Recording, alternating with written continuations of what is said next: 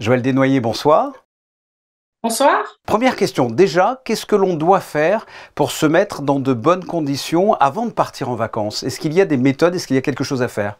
Alors déjà, bien se mettre à jour au niveau du travail. Je pense que ça peut être intéressant pour libérer son esprit et pouvoir profiter pleinement de ses vacances. Il y a d'autres choses? C'est vraiment avoir fini le travail, il faut se reposer avant, qu'est-ce qu'il faut faire? Oui, alors peut-être aussi avoir bien organisé son départ si on part, ou peut-être avoir prévu des petites sorties autour de chez soi si on reste à la maison pour se détendre. C'est un petit peu anticipé pour pouvoir libérer et vraiment profiter de l'instant présent pendant nos jours de congé.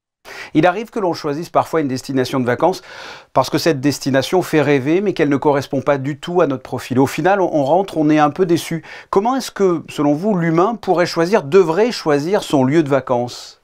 Je pense peut-être en écoutant vraiment son cœur, pas forcément de manière cérébrale, mentale, son lieu de vacances ou son projet de vacances. Et je pense que ça peut être bien de vraiment se poser et d'être attentionné envers soi par rapport à son projet.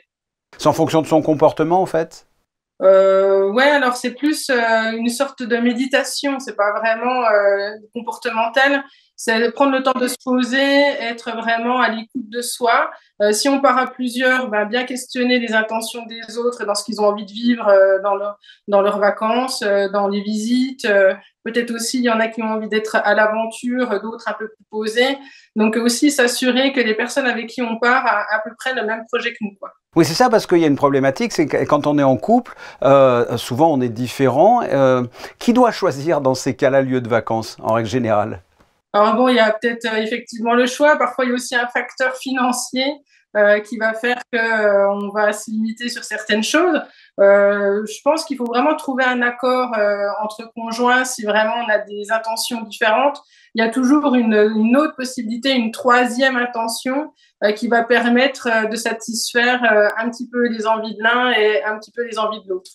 Il y a des conséquences, des fois, quand on passe de mauvaises vacances. On est allé dans un lieu qui ne nous correspondait pas du tout, on a passé de mauvaises vacances, on rentre, on n'est pas bien. Il y a des conséquences sur le mental, ça peut aller loin parfois.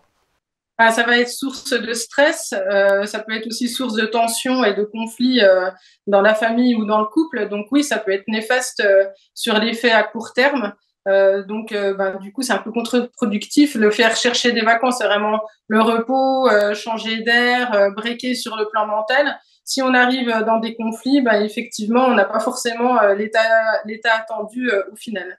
Quel conseil vous pourriez donner justement pour bien choisir ses vacances, pour choisir son lieu de destination? Je suis hyperactif, où est-ce que je dois aller? Au contraire, je veux du calme, qu'est-ce que je dois faire? Quel conseil vous pourriez nous donner? Je pense que celui qui est dans l'activité, prévoir peut-être plutôt un séjour sportif, envisager peut-être la montagne ou si c'est la mer avec des activités vraiment intéressantes sur le plan de la découverte de l'eau, etc.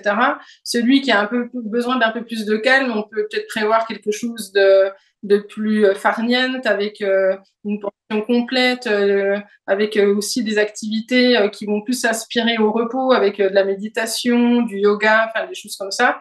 Ça va pas être exactement le même type de vacances et peut-être pas non plus le même tarif au bout du compte. Vous personnellement, là, vous partez en vacances cet été? Oui, tout à fait. Et quelles sont vos Donc, vacances idéales alors justement? alors moi, j'ai pas vraiment de vacances idéales. Mes vacances, c'est vraiment prendre soin un petit peu de mon entourage parce que l'année est toujours un petit peu chargée. Donc la première semaine, on a orienté plus vers notre fils qui a 15 ans. Et donc on emmène ses cousins, cousines avec nous dans les Alpes, donc un séjour plutôt sportif. Et puis après, on va plutôt passer sur le mode parents où là, on va rejoindre la famille. Mon cousin fait ses 40 ans, du coup, on va du côté de Caen en camping pour pouvoir être en famille plus élargie. Donc voilà, c'est un petit peu, on a trouvé un mix comme ça. Bah écoutez, Joël Desnoyers, merci d'avoir répondu à mes questions et puis je vous souhaite de passer de bonnes vacances. Merci à vous aussi. Merci.